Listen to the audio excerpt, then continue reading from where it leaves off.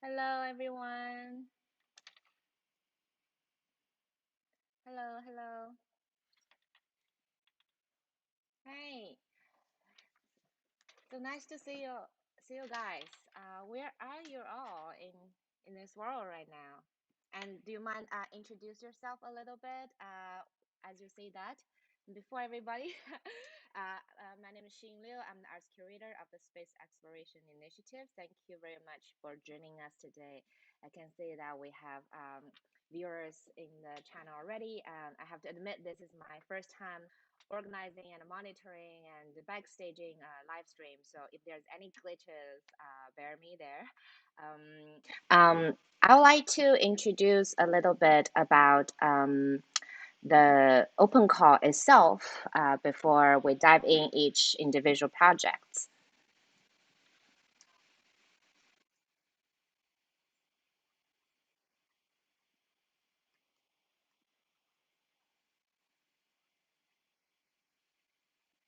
Okay, let's go to the presentation.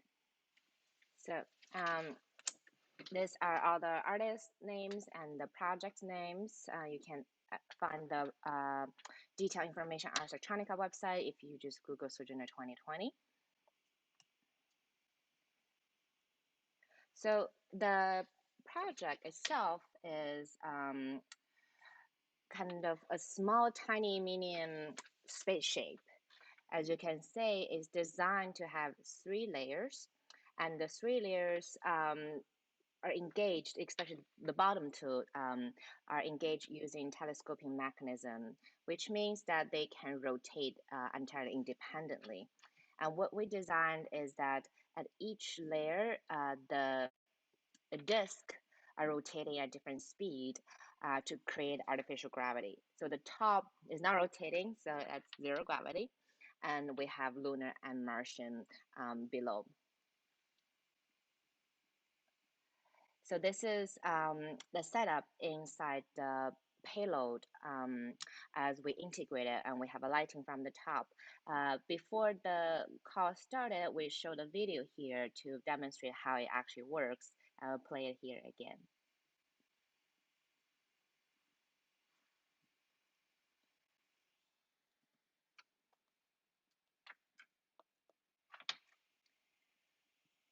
So when we first got this idea about Sojourner 2020, is really a hope that we could design a system that is hosting or becoming a habitat for creative ideas and for artists to bring their vision into space for real. Um, in 2019, the Space Exploration Initiative announced an open call to invite artists to submit artworks. It's a bit limited. As you can see, every single mini condo the artists eventually get is just a little pocket. However, we debated a lot about whether this is enough space for everyone to truly express their ideas. But you will see very soon that the creativity is unmatched. We received so many interesting proposals. It was actually very hard to decide. Um, so um, another interesting fact is that once we started the open call and even got all the applications, we are trying to promote the project, and we're trying to think, oh, is there kind of previous work on this kind of similar vision? It turns out this Sojourner 2020 actually, if we're not mistaken, is the first ever international open call to send our projects into ISS, which is a great honor for us, but also at the same time, I think it reveals that we're still having a lot of work to do in this whole area to share and open the conversation among different disciplines and different nationalities. So as you can see that the Sojourner is really designed to create 3 layers for artists to submit their own projects. Oh, sorry. Um, So when we are asking artists to propose different work, we ask them both for how many pockets you want and what kind of layers. And the artificial gravity is really trying to create additional context for not only going to space, but also thinking about different planets as we reference to the moon and Mars. The integration process is very complicated and interesting, and that's something we will be able to talk about in a bit as the artists to start to share their own practice and experience in this work. I'm going to switch back to the video in a minute and go back to the conversation just for 10 seconds, as I think there's something wrong with my Wi-Fi. I want to make sure that once the artists are talking, their connections are doing well.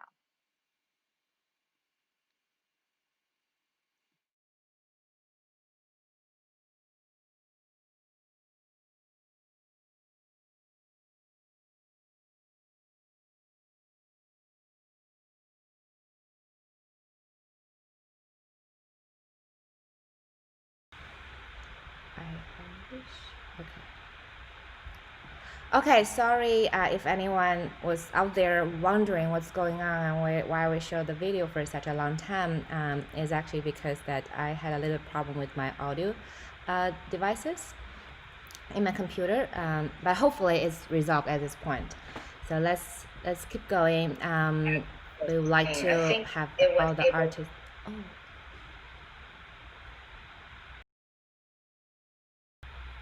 Okay. The first artist will be Luis, and really hope this is gonna work.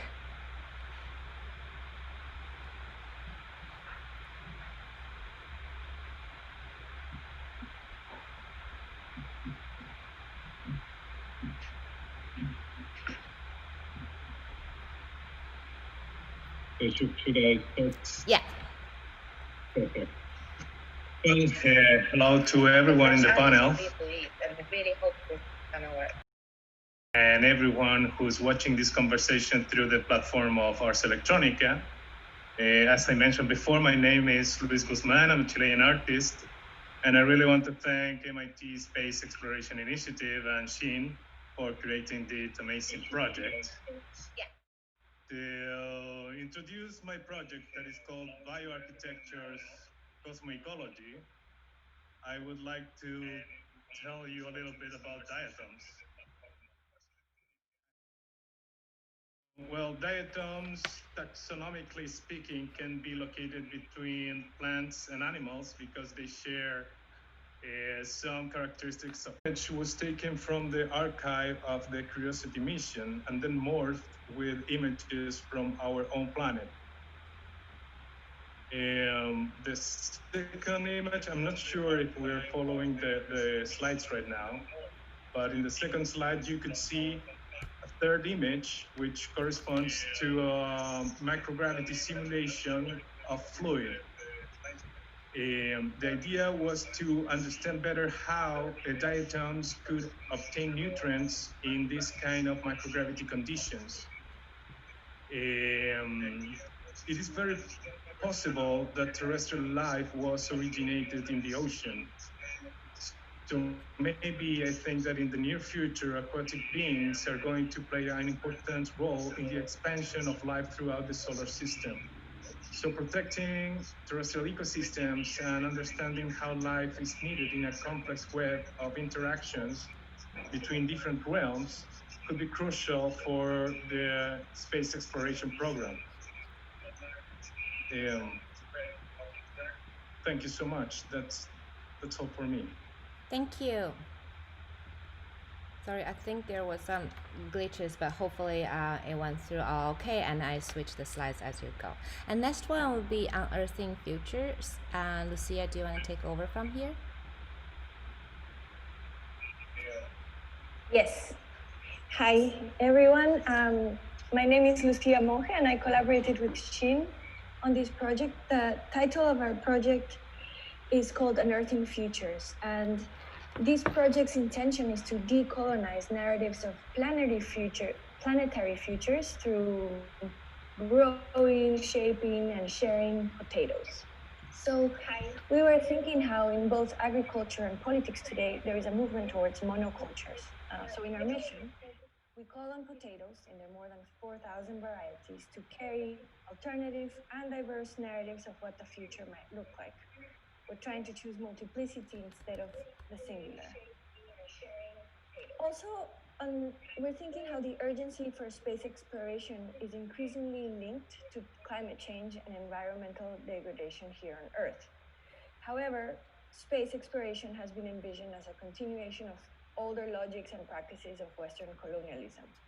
So we want to take space as a site where we can cultivate anti-colonial relationships between species and the land, so to avoid to continue to doing things as usual. Our project began with Sojourner 2020, and we had 300 TPS, which are true potato seeds. They're very small, kind of the size of a quinoa grain. And we had 6 different families of Peruvian potatoes. We sent half of them into Earth's lower Earth orbit, and they traveled on board the ISS for a month. And then the other half remained on Earth as part of a control group. Now that all of the seeds are reunited together on Earth, we're growing half of, Shin has 3 families, and she's growing them in her backyard in New York City. And I have 3 families, and I'm growing them in my backyard in Portland, Oregon.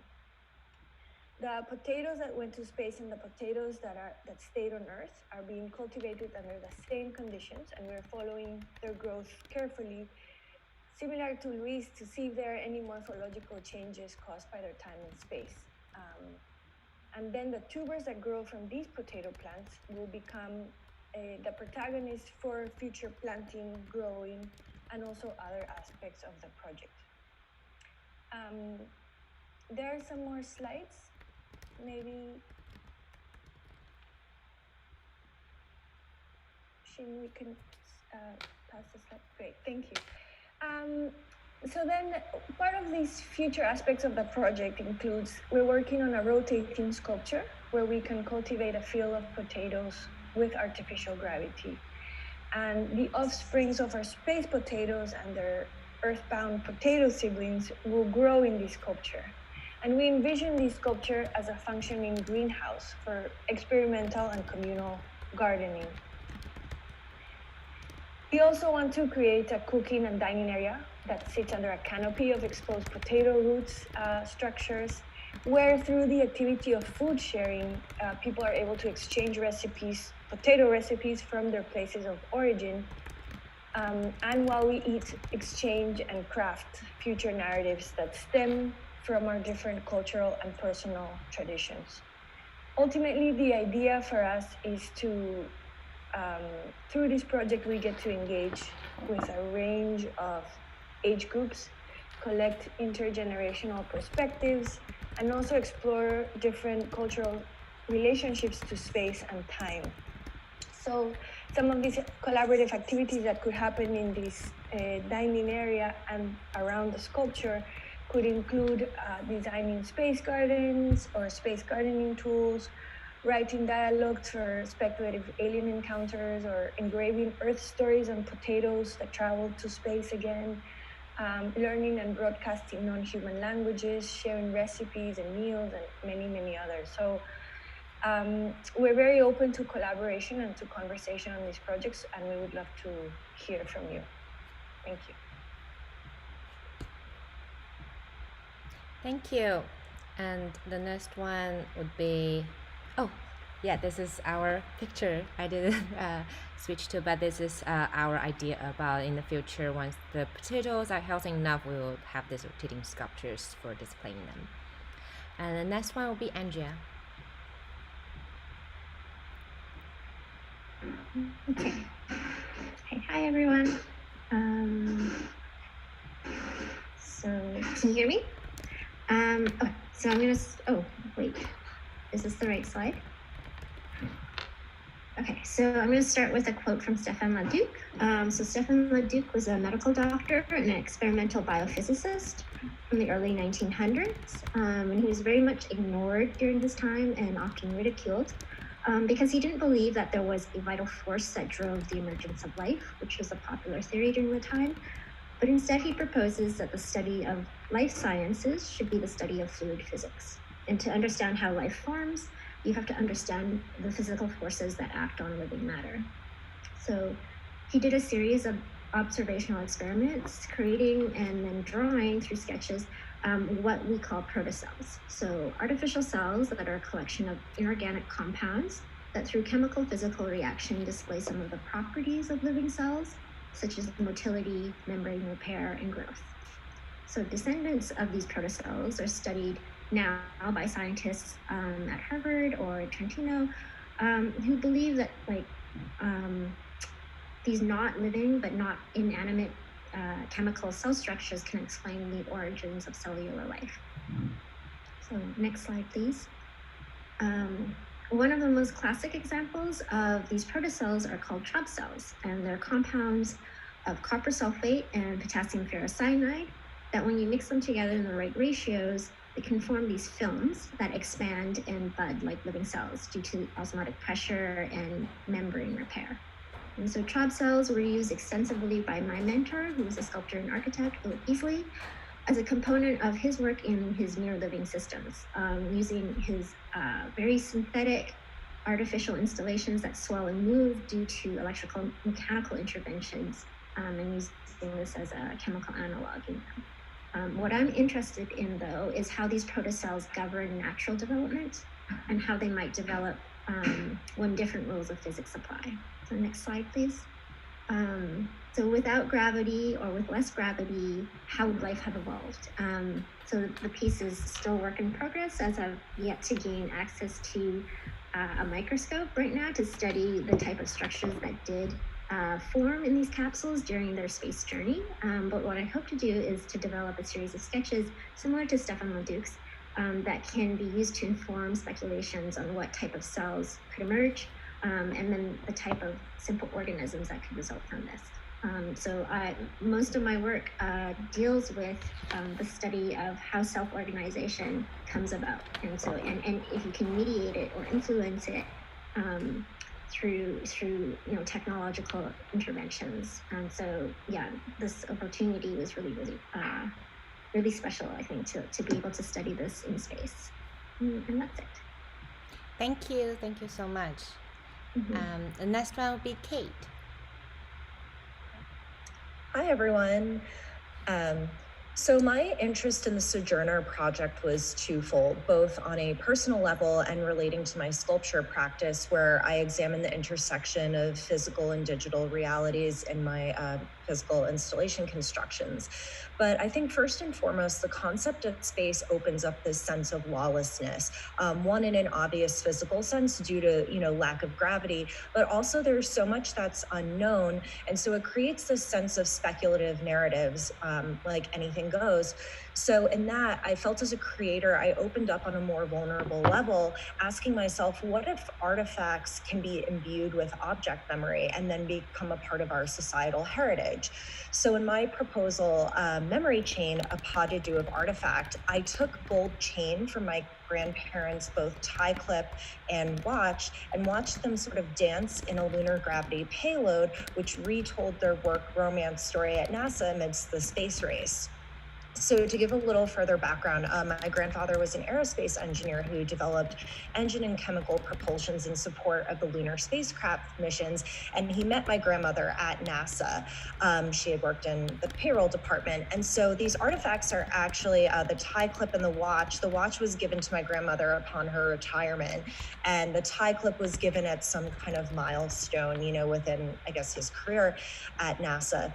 And so for me, this project, I felt like it was humanizing a portion of early space flight history.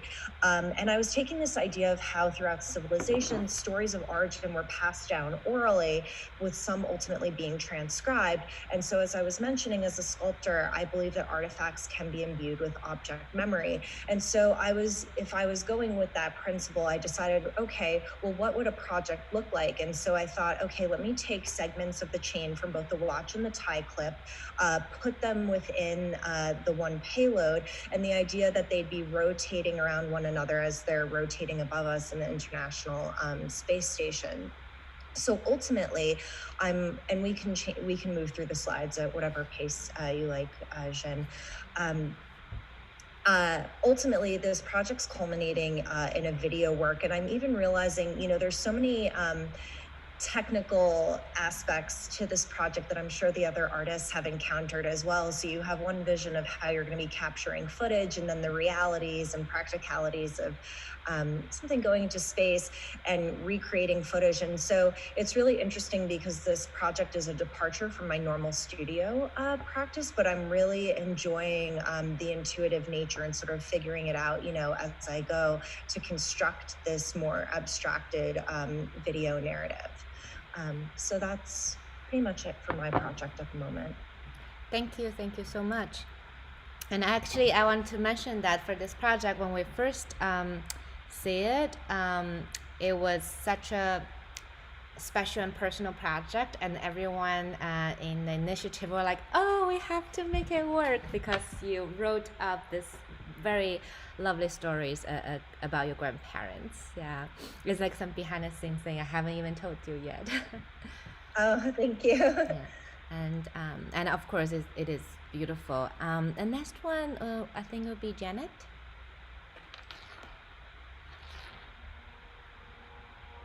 Hi. Excuse me. So I'm also going to go on a bit of a family tracing. Shortly before my mother died of Alzheimer's disease, she looked at me and said, I am so tired of trying to figure out if I'm still alive. I don't have the data. This was the inspiration for my project, which became a search for proof of life. My project, called Finding Equilibrium, is a film that tells the story of 3 different minerals that were collected, acquired, sent up into space and aboard the International Space Station for a month, and then returned to an Earth that was completely changed by a pandemic. The first mineral, which is a lunar meteorite, was found in the Sahara Desert. The Sahara is one of the best places for finding lunar meteorites, also the Antarctic, because of the monochrome landscape, so they're easier to see. My specific mineral, the GPS coordinates, place it outside of the Sahrawi refugee camp, which is near Tindouf in Algeria. The Sahrawi refugees fled Moroccan troops during the Western Sahara War to the Sahrawi refugee camp, which was 1975-76. The lunar meteorite was able to go up in I can see that I'm quiet, and I've got my volume all the way up. Jen, I hope you can do it on your end. But I will at least try and speak up. The lunar meteorite was able to return to space and lunar gravity, while a return to the home in Western Sahara is still not possible for Sahrawi refugees. The next mineral that I sent up to space was red jasper quartz. International crews of scientists are selected and brought together in analog environments that mimic Mars, running Mars simulation missions around the globe. Shin, can you change to the next slide, please?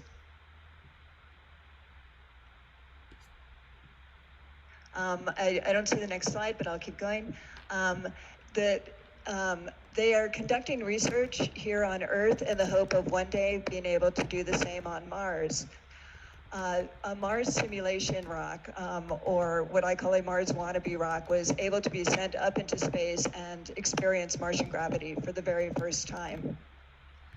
My grandfather was an amateur mineral collector, and he developed Alzheimer's in his 80s. Long after he could remember anyone, family members or close friends, he could still tell you really specific details about the minerals in his collection. A halite crystal, which is one of the samples from his collection, which held some of his very last memories, was able to go up into space and become weightless.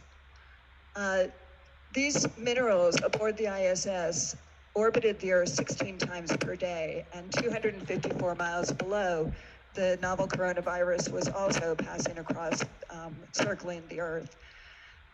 Astronauts Jessica Meir and Andrew Morgan, when they were asked about their return to Earth, said an Earth in crisis, even an Earth in crisis, is worth returning to. Thank you.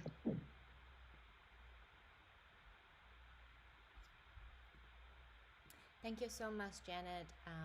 Next one will be Masahito-san. Hey. Hello? Yeah, we can hear you. Okay. So I'm Masa. I'm Japanese artist based in New York City, and I produced 3 works for Sojourner 2020, and title for the entire piece, as 3 of them all together, is Nothing, Something, Everything. And it comes from actually one of Onkawara's work, one of my favorite artists, Japanese artists. And I mean, I think I've been getting a lot of inspirations from his work. And I produced this work in collaboration with a baby who wasn't even born at the time of his conception. And the reason I say that is my sister-in-law, she was pregnant when I was doing this application. And then when the rocket was launched in March, he was only 3 months old. And he really gave me the opportunity to think about the future that I would like him to live in and his generations to live in, and all the generations after him to live in. So that was really the beginning of the project. And the three projects I did, one of it is air that I sampled in Paris. And when we say Paris, that's where in 2015 the COP21 delegates had met to discuss the climate change. And so I actually went to Paris to sample the air from Paris. It's a tiny bit of air from Paris, but that's something that I brought to the space. And I wanted to expose it to the space because I wanted to expose our world, our society to this space. And that's I think really what my works are about. And the second piece that I produced is I think the spy camera from 007, this really small one from 50s and 60s. I used that camera to capture the Paris Agreement, the entire document. And I still had one or two more spaces to add more more documents or images or whatever that I wanted to capture. So what I end up adding to it is, so in the end of that roll of film, I added the document that the United States submitted to the United Nations declaring that it's going to pull out of the Paris Agreement, and effective November 1st this year. So that's happening very soon. And third project I did is so I produced a little tiny magnet that goes inside the pocket. And I think at the altitude that the ISS is flying, I think it's about 400 kilometers above the Earth's surface. It's still, I mean, there's still, I mean, I wouldn't say there's no gravity, but it's a microgravity environment where the ISS is. I mean, how the ISS is. But, it still gets attracted to the magnetic field of the Earth. So the space, when the ISS is flying the nose, I think the magnet should try to point towards nose. And when it's flying south, I think it's going to try to point towards south. And I think this project, I titled it Longing and Belonging. And when I was thinking about it, on the personal side, it's, again, I was thinking about my nephew who was born just a few months ago. And then I want his generations to keep exploring the space, but at the same time, I wanted them to remember that the Earth is still here, and not to leave the Earth behind, no matter what. I mean, what comes up in the future. So, yeah, those are the three projects that I sent to space with everyone. Thank you. Thank you so much. And next one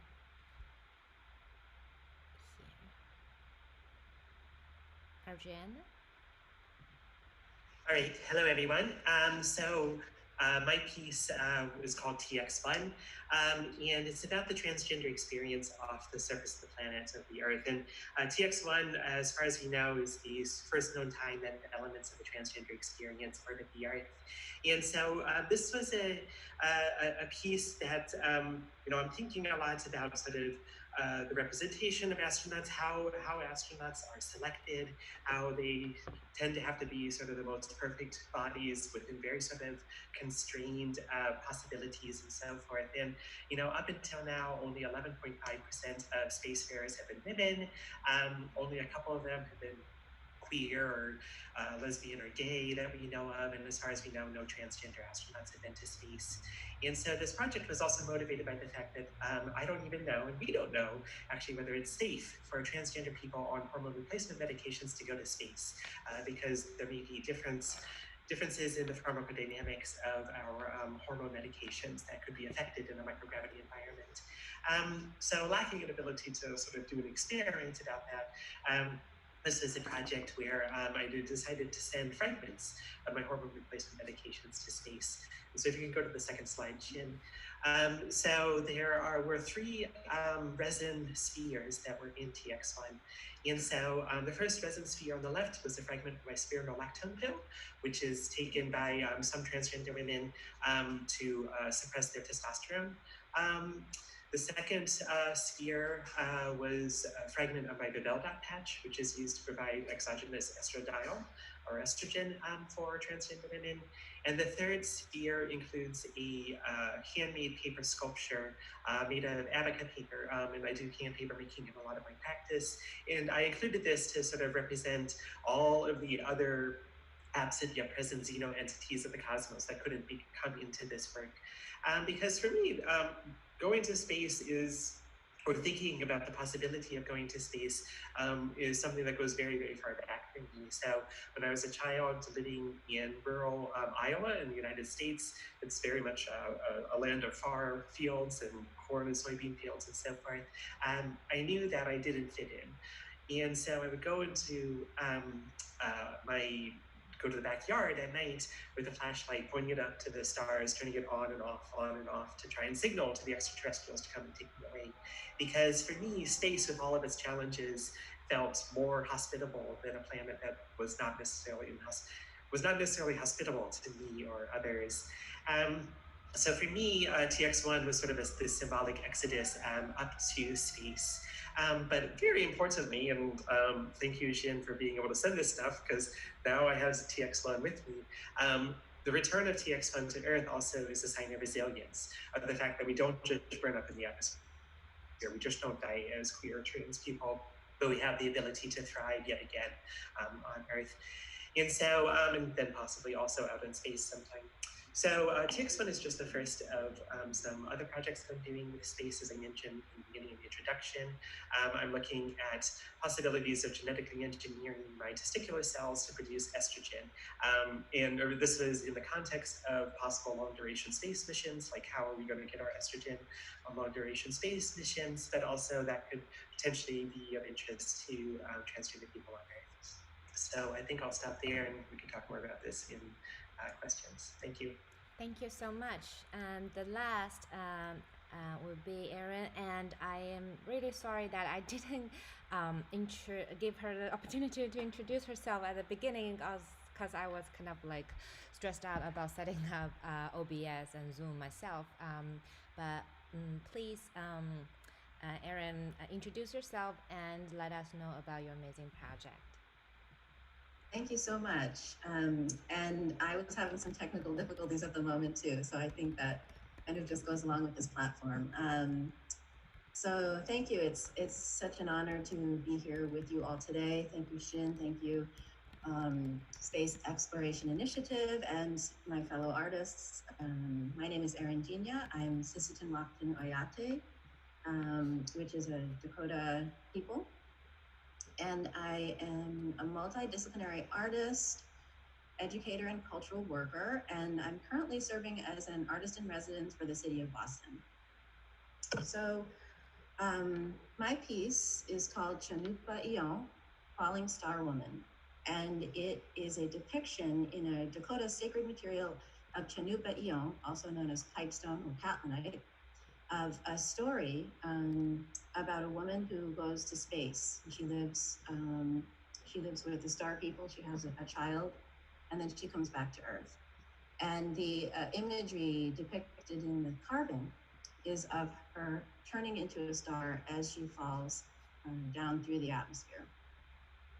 Canupa Ion, Falling Star Woman, comes from a long line, thousands of years of Dakota culture. And I would like to use my time today to talk about something that I encounter every place I do my work. And what I see the frontier of space is also facing, and that is Western cultural supremacy.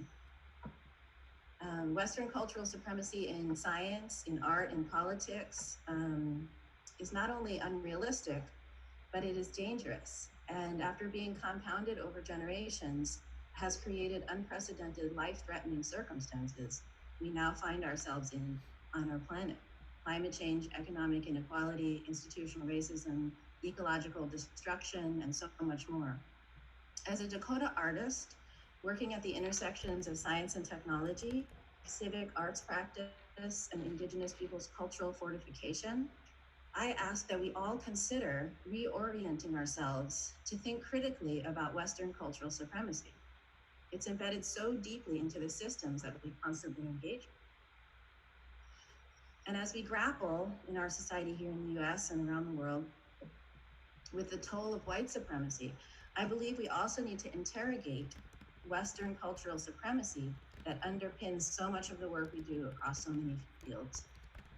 Dakota philosophy and practices have enabled Dakota people to live and thrive for thousands of years, and it has allowed us to survive the apocalypse of colonization. Yet it is still regarded by schools of Western thought as an object of fascination, as primitive or unsophisticated, when it is anything but. This is but one failing of the trajectory and legacy fueled by Western approaches to the world that have brought us closer to extinction and planetary ecosystemic destruction. It's imperative that space for Indigenous practitioners be made in the places where we have been kept out.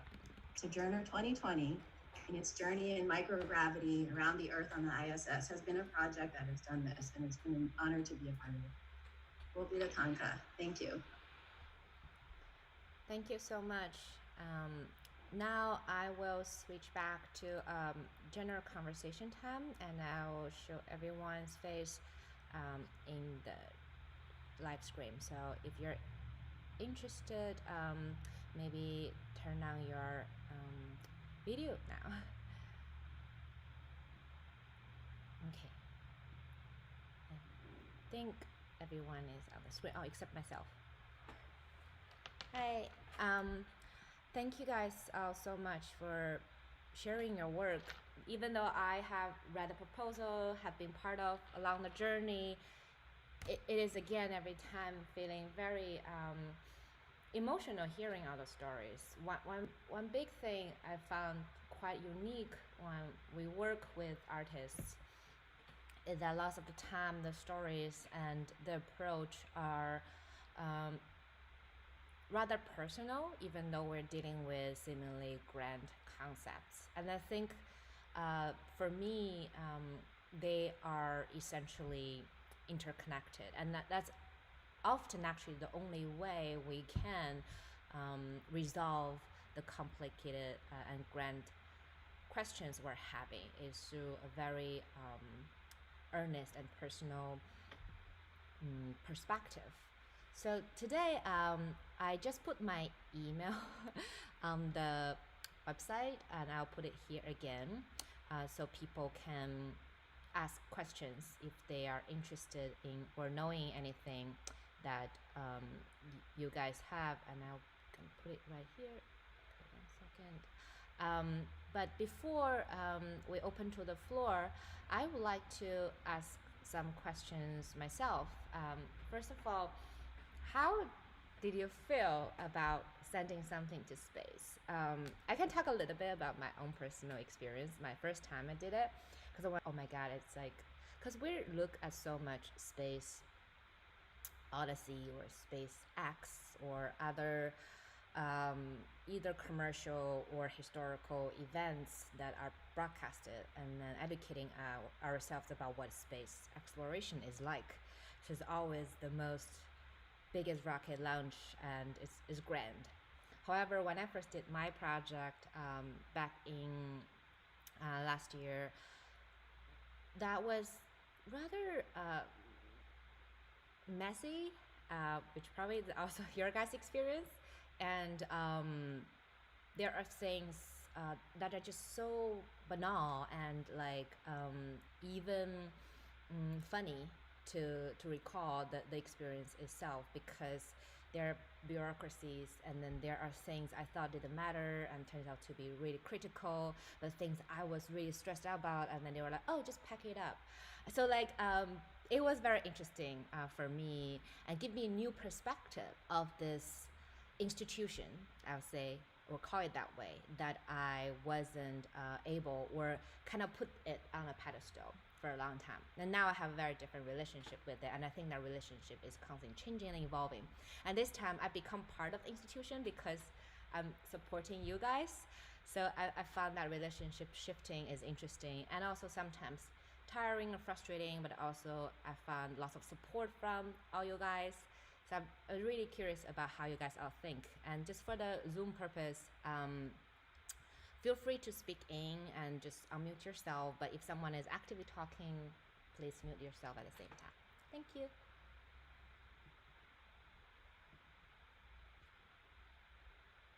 I think in particular, this process really required you as an artist to almost let go in a lot of ways, because there were so many, factors, out of control. So it had to be a project that you were okay, sort of going with the flow, I think, to, address technical requirements, but also because even seeing how much pre-planning you had put into it, and even thought of things, obviously, because you had experience sending things to space before, so you had a sense.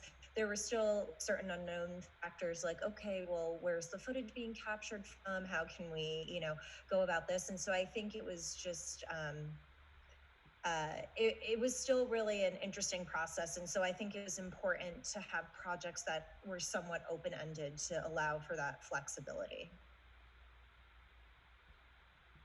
Yeah, absolutely. When I did my project for the first time, part of it just didn't work, or they just, no, that's not allowed. And I was like, okay. But then that's kind of interesting. I was talking to other people on the team who are more from the engineering background. They were really upsetting. They felt like we failed.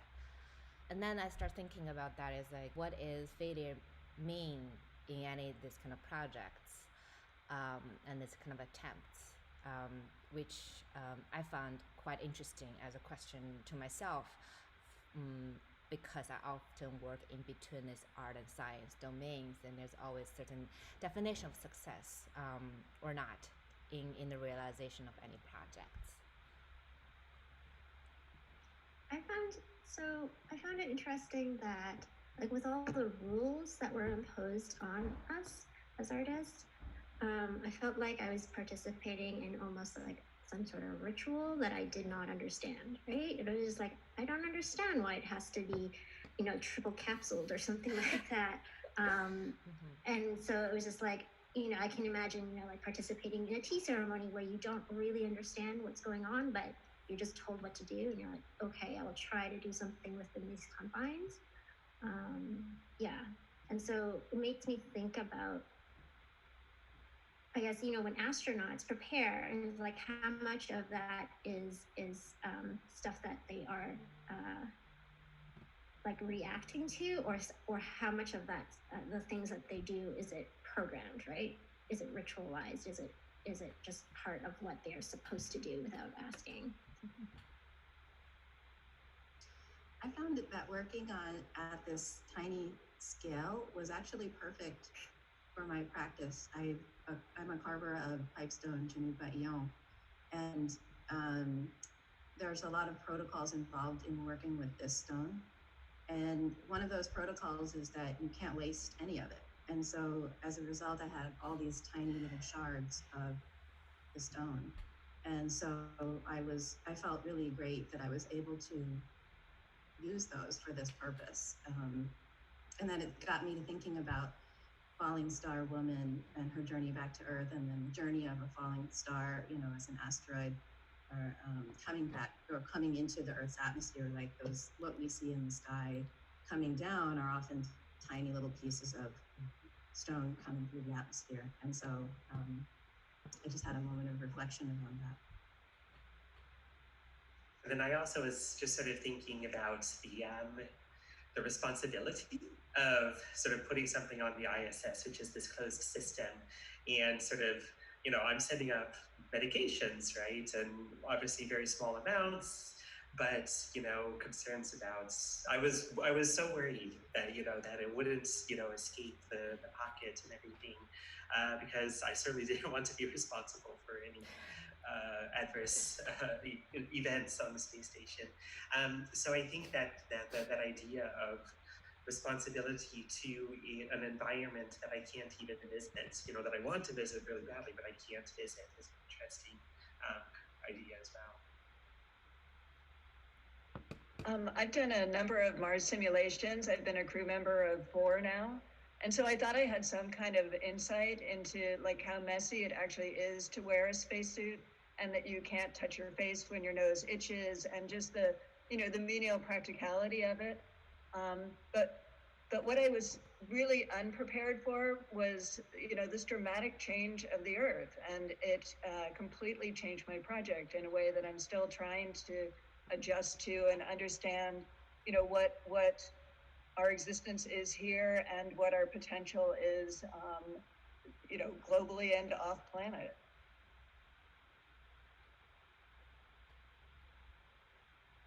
Yeah, I found it's really interesting because we were so limited, as we all know, fundamentally by the concept of contamination, right? Like the triple, double layer and everything, liquid and gases. While at the same time, we're literally sending the whole package, the beginning of March, which is the beginning of COVID. And I was interesting experience thinking about it. I was like, oh, is everyone like wearing a mask when they are like preparing all these things in the aerospace company themselves, you know, because it was just the beginning. Everyone was not even sure whether this is the real problem or not. And of course, as a Chinese citizen myself, I was in a much different mental space myself. That was very interesting to think about at the same time. I believe nowadays they probably have very different protocol, but we actually was slotted in a very particular moment, that kind of at the beginning of everything. And then I remember we launched it, and then I told you guys all like, okay, I cannot go to school anymore. This thing gonna be shipped back to my own apartments, and I'm gonna go ship it back to you guys, but I'm afraid to go to FedEx. It's just all those stories being part of the journey, for me was actually quite remarkable. Yeah. I wanted to add on that sense that for us, we were sending potatoes, which are potato seeds, which are alive, and we're advocating for this non-anthropocentric notion of travel and interspecies relationships. But at the same time, we had to make sure that the potato seeds were kept alive, but no other living beings could be on our pockets or on our payloads. So that was interesting to me, because this idea of preventing contamination meant having to exclude some other species. So that negotiation between keeping our species that we've chosen, even though there's a big variety, also involved having to limit some other species that could be hitchhiking. And of course, I understand the safety issues and the reasons why, but it's still, I thought for me, very interesting in the process to negotiate life in that way. Yes, I also agree with Lucia. I think that taking something to space is really interesting in the terms that we took something that was alive and you feel responsible for it. But also, I am really excited about what it meant to take artworks to space. That is an area that is highly dominated by the scientific discourse. So I guess that taking something that is alive and also that is an artwork has like a very kind of extraordinary meaning in terms of doing something that is really, really far away from what is normal in this kind of fields. But mostly, I guess that taking something to space, as Janet mentioned before, that in a time that was dominated by anthropocentrism, and then when it came back to Earth, the planet was dominated by a virus, you know, that dominated the entire agenda. It was also another layer of the CRS mission that needs to be told. And I guess that the pandemic also affected the way all the projects were developing at the moment, and also added a whole layer of stress to all of us. But I guess that yeah, these three kind of axes are really interesting to think further. Yeah, for me, it was really exciting from the beginning to the end. And even at this moment, I don't feel like the project has ended because the work came back and we still have things to do with it. And I think, that was one exciting part about the work.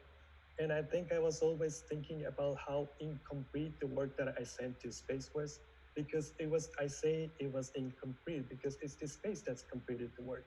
The fact that it went to the space, that's what completed the work. And to me, so until the launch, I think my heart was pounding every day thinking about the outward going to space, and then what's going to happen to it, and then the story that carries back to Earth after the mission. Just thinking about it, to me, I think really from the beginning to the end, and even at this moment, I'm still very excited about the opportunity to go to space. And as some of you said, I think I also felt very responsible about the project that I was doing, and I think that everyone was doing. Yeah, we did get a question for you actually, Masahito-san, from audience. Though I think I can answer that question too. It's more a technical thing that Juan Garcia asked that did the magnet float freely within a space station? Did the metal actually was affected by the space station's metal shells, or did you have any thoughts about it? And maybe you can talk about how actually the setup was for everyone's project. So to clarify a little bit for the audience about how it worked up there, yeah. So my magnet was in one of the pockets that was on the top layer, which has the microgravity. So, but actually we don't really have the nice view of how it was behaving in the space, which I think is okay. But I actually, there was a Japanese astronaut who did something similar. And it wasn't the magnet, but he pulled out the magnetic, I think, owls, how you call it, from the compass. And then, he brought that to the space before. And then that's where I got the inspirations from. And so we don't really have the result, unfortunately, but I think I can say this to all my project. I think what really matters is, that it went to the space at this moment, and it's not so much about, what I have as the footage or the documentation or the result. So I think, I think something I always think about when I'm making work. It's really the gesture that I want to make. It's not so much the result that we are looking for. So yeah, from my point of view, I think that's my answer. Yeah, thank you. I totally agree. I was often asked by people, like, did something happen to whatever you sent to space? Probably, something happened to you or us if we travel from one airplane to the other side of the world and other stuff. In many ways, for me, lots of the time, the destination is important, the transformation is important, but the journey is actually what mostly what the story is composed of. And perhaps for lots of the experiments that has live components, no matter it's a seed or diatom, they have potentially some radiation effects, which I think we're still ongoing and trying to figure it out. All the other objects, as long as they're hard and inorganic materials, they're not going to have like dramatic changes just taking a trip to space. And also another thing I found is quite interesting to share is that when people think about bringing a project to space, they think about it floating in ISS like that, all the pictures we see, the glamorous shots. But just as a technical note here is what I realized is that having something free floating in space is extremely dangerous. Like especially a little sharp rock, a little magnet, it could kill astronaut or kill the whole machinery in a bit, because it can get into your nose, your mouth, anywhere. So it is very different compared to our Earth's condition, that a small thing can just put it right there. It never stays. It will float. It will go to anywhere they're not supposed to be, and that was kind of interesting. I often need to explain to people why the most banal thing you want to send to space is actually extremely dangerous at the same time, and that was fascinating.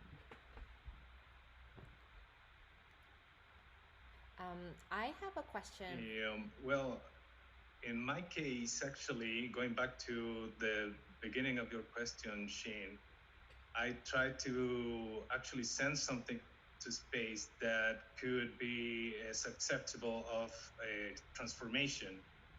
And the strain of diatom that is the Phylodactylum tricornutum can have these three morphotypes that I mentioned before, but due to the sound problems, I'm not sure if that was totally clear.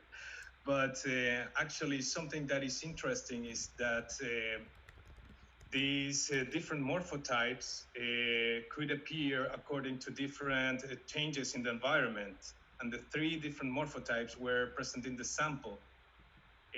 There is no total clarity about what are the biological mechanisms that make them transform.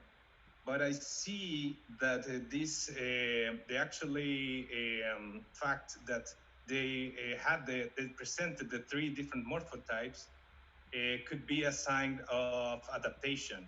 Like I think that diatoms were trying to adapt to this new environment, and they were playing all the tools they have in order to get to that adaptation. So yeah, it was really interesting to see that, actually. Now, cool. I would love to know more about it once you make some conclusions or more detailed data for us to share. Yeah, Lucia and I are also growing the potatoes, especially Lucia. Like, she has literally a farm right now. We're curious about how the space potato is gonna look and grow and taste differently compared to the other control groups that we're also growing at the moment. Yeah, it's very exciting, and absolutely that this project is kind of just the beginning of the journey everyone is taking. Speaking of which, I'm kind of curious about like everyone's plan with your work now at this moment. I mailed a little pocket back to you, and I kind of curious, what have you been talking to it, hanging out with it, shooting with it? Yeah, I'd like to know a little bit more.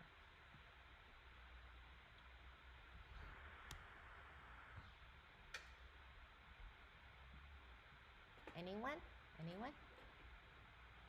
I have to say, when the my three pockets with my three minerals arrived in the mail, I tried to film the entire event of opening the package, unwrapping them. That Shin had carefully wrapped each one of the pockets, and And then I had these minerals in my hand that had, been off this planet, and it was just shockingly emotional to me.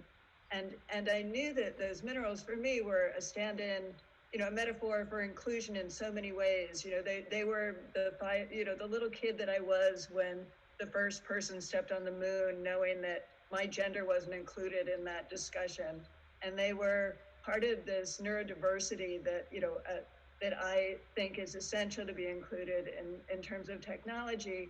And yet, but there it was in my hand, and it was just, I just kind of cried like a baby holding them. It was really emotional. Yeah, I remember you emailed me after that. It was very nice. Yeah, I kind of have the same feeling when it arrived with UPS, and I was like, oh my god, it's all this kind of the most crazy idea with the most banal presentation at the same time. It kind of create a weird twist in my brain, which is also interesting. Yeah, from SpaceX to UPS. I mean, what's interesting is that, it's so, I agree, so emotional to have this for all of our own reasons, for all of our projects, but also, it's so mundane. I mean, it's just the objects, right? But these things that go to space and then come back have a cachet, right? And so when I show it to people, there's this oohing and ahhing, right? And they can I touch it, et cetera, right? And so I think that's an interesting thing to question, right? Like, why does that have such an aura to it and so forth? And I know it has it for me, and I'm trying to question it myself, right? And what is that aura? Is it going to ever disappear? How is it that these things become imbued with this power just by virtue of them going into like an enclosed environment? I mean, these are not things that were even exposed to the vacuum of space. Let's say they went to an environment that is, still livable, the right tempo for it. And so thinking about these issues of how does the object get this aura, I think is quite interesting. Yeah, absolutely. It was really funny because when they arrived back, because because we're so careful about it and everything was so well protected, they are like intact, like as if nothing happened to it, which is also kind of like a shame. It's like really twisted for me. And then what happened is, like, in order to make sure all those bolts are now loosened, so I put a little bit of the thread locker. So I feel like me mechanically tightening all those pockets and like unscrew them leave the most mark in all your perfect pockets than the space itself. And I was like, well, I guess there's something happened to it, even though it's a little bit scratched and stuff like that. But it's really the mechanical assembly. And then we did such a good job, and then the actual launch or in space, they are like just like babies. Nothing happened to them, which is the design. And that was kind of funny for me to think. Is like, again, always these choices and how much we want it to be exposed or even broken, but at the same time we wanted to protect it, and how much we want to select something to go, but I also want to kill the others that are not supposed to go. It's all this kind of balancing and decision making. It was very revealing for me to think about that process itself. Yeah, I mean, I know for myself, going off of what Adriana was mentioning, I was sort of, when the piece came back, because my whole project was based around this idea of like speculative object memory. And I had this specific vision in my head when I wrote the proposal that I was imagining like the two chains like intertwining in this beautiful, delicate way, but probably that's not exactly what happened. And I know even for myself, I was trying to recreate that footage myself. Like I was using a stir plate with actually like clear soap and dropping the chains in and trying to create this vortex. And I'm just like, I'm working so hard to replicate something that I really can't on Earth. So even for me, I'm figuring out, okay, well, how do I still capture this, but sort of change it? And so that's what I'm, working through right now. But I had nature of what was needed to just even make this happen. And at the end of the day, for me, it was more important that the projects went up there and came back than anything else. Final vision, something to work towards, but not be too married to it.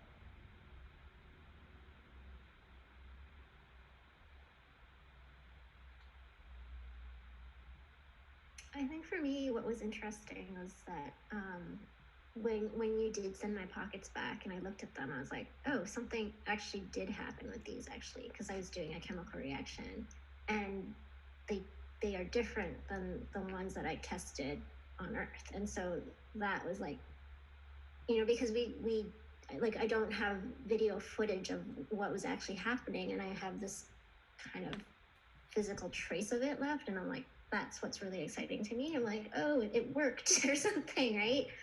Because yeah, we don't have a way of testing this on Earth and running simulations, right? So yeah, and it was just like kind of this leap of faith that something would happen, right? So Andrea, would you tell us what was different? I mean, where the reaction took place is different, right? Like, the photo of the capsules on Earth on the black background, like they come from the bottom and they grow upwards. And the capsules I have now, the kind of cell structure is like in the middle of the capsule. And they are not like long and stringy, they're kind of like blobby, right? So yeah, I want to take them under a microscope and see what happened, right? So. Pretty awesome. Mm-hmm. I was thinking of when I opened up the package too, having a similar experience as some of you, just feeling very emotional about the journey that the piece had taken. And then my son Sam and I, he's also an artist, and Sam has been with me every step of the way through this whole thing. From watching from watching me create the piece to watching the launch from our TV screen, to looking up at the sky when the ISS passed overhead over our house. So we were there looking at that piece together, opening it up and just thinking, how many miles has this thing traveled? And so we, we figured it out, and it was something like 4 million miles. Because, I mean, maybe that's not right, but because of the ISS, it rotates, it orbits the Earth every 90 minutes. And it was up there for a month. So then we were trying to think of other things, even within our proximity of where we live here.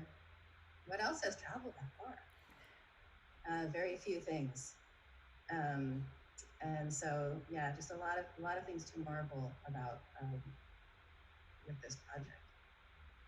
Yes, I think that actually the distance that it traveled, that is actually something around 19 million kilometers. And also the speed of the ISS, all that kind of data makes things really, really strange, especially if you're working with really tiny things that are traveling so far and so fast, which is like really mind-blowing. Yeah, and I don't know if you guys saw it, but NASA has a website of all these photos of the astronauts that they took from the ISS. And if you go to the website, you see that it has been to pretty much all the continents and all the countries. You guys should see it, and you'll be blown away, I think. Yeah, it's very exciting. It's like all these little objects we created probably had the craziest march. Well, even though we also had a crazy March, I guess, in some sense. The world was upside down, and they also traveled and covered the world as everything is changing. You know, all those thinking together or very special for me to react towards. Well, I think we are at the end of this live stream, but because at the beginning I was not very familiar with the system, we did waste some time. So I want to like maybe ask you guys a little bit to just maybe if you have some questions for each other, because I've been prompting for answers and questions and things I'm curious about. I wonder whether you guys have some questions for each other.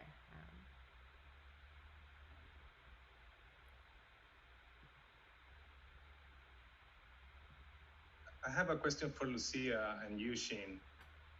Have you planted yet the potato seeds? And if you have, are looking different from regular potatoes, or are looking a bit more extraterrestrial? Yes, they're planted. They're planted. We don't have. They're still little plants now, so we can't see the tubers, and that's going to be the big challenge because we are hoping to have the plants tuberize, and the plants are doing well and they're happy. They seem happy. They're like growing healthy, but the tuberization is not a given. So the plant can fully grow and not produce tubers, which is interesting and also the next leap of faith in our project.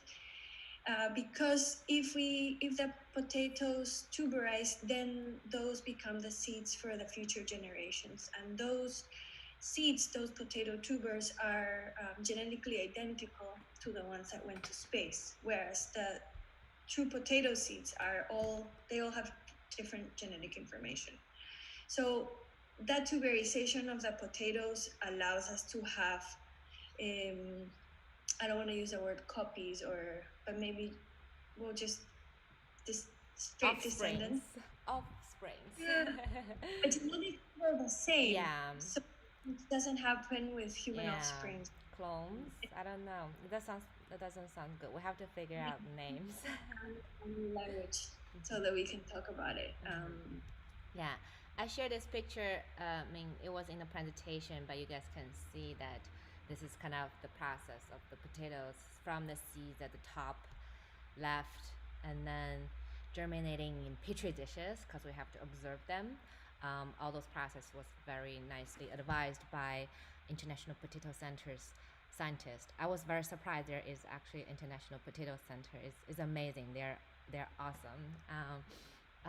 And then also Lucia there with the potato farm, and that picture I insist her to put it up there because she's actually having a baby herself. I will say, Luis, that when you look at something really carefully, then you start, I don't know if I start seeing things, but one of the potatoes from space the stem started turning purple earlier than for other potatoes. So that was very interesting, and just paying attention to color. It's still too early to know if any of these changes are due to space and the different families or, what's what. But definitely like just looking so attentively every day at each one of them, it starts to cue you into micro differences between them. Thank you.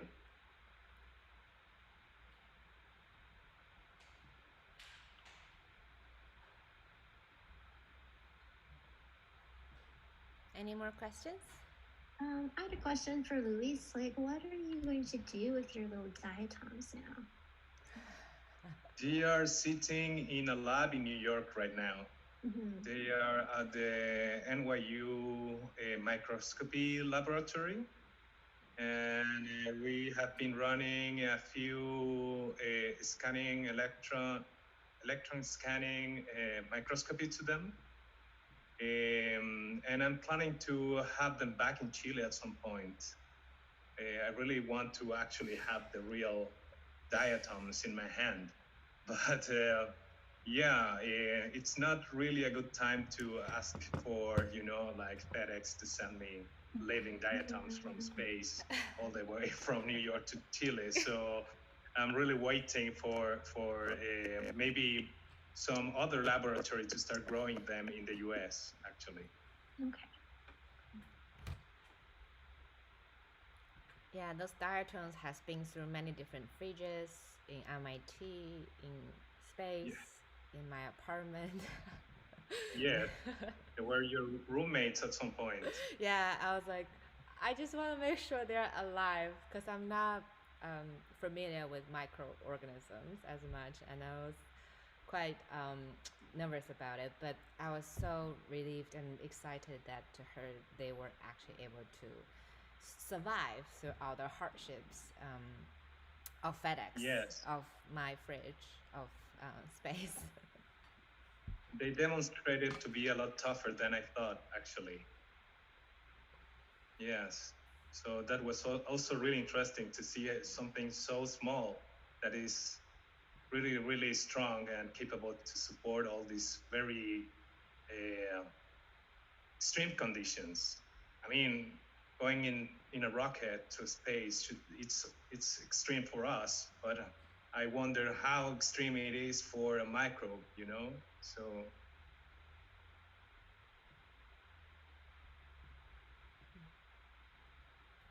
Yes, and also, do you have a sense of how much does it take back to adapt to being back on Earth? So is there like a time frame for when you can see these changes?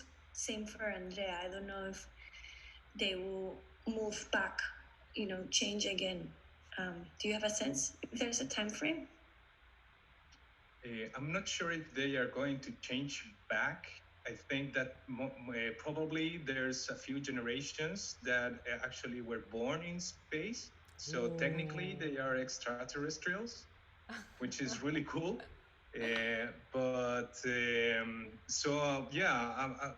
Actually diatoms are not really well understood yet. So I'm looking for some specialists to actually guide me into understanding better the biological processes and how these adaptations to other environments and also to terrestrial environments could actually take place. Because, diatoms create this silica structure, and actually it's a real puzzle for scientists today to understand how they do that. So yes. We have taken several microscopy analysis, but we haven't been monitoring them continuously. So we don't have been able to see adaptations back to the terrestrial atmosphere. Yeah, and for me, the reaction that I put in there, it's one way, right? So they can't actually go back. And so they formed in a certain way in 0G, and now they're stuck that way. So, because they're not alive, right? So. I do have one question for Adriana. Do you ever plan to take those medicines by any chance? I certainly have thought about it. I think the thing is given that it's encased in this resin, that's actually what I'm more concerned about is the resin than it actually having been to space. But I was certainly thinking of that as a possibility. I mean, I think there's a lot of questions, there about sort of like long-term durability of pharmaceuticals. I mean, I know that that's part of the reason for like these resupply missions is everything else, but including the various pharmaceuticals. And that's actually the question of pharmaceuticals in space is a whole huge topic of somewhat. There's some public information about it and sometimes not so public information about it, especially having to do with things like menstruation and so forth. And so I think that's an area that deserves a lot more attention, for sure.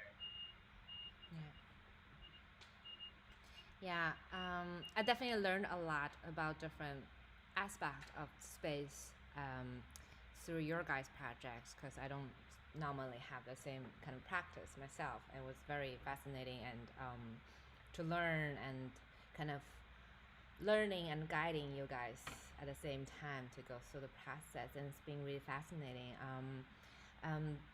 This year we are having this digital show, Electronica, which is also a blessing in some way, because I assume like with everything going on and the timeline we're having, we need some time to digest and to think about what happens with all those projects and what can come out of them. But hopefully we will have physical exhibitions once everything back to a different kind of normal or open up a little bit.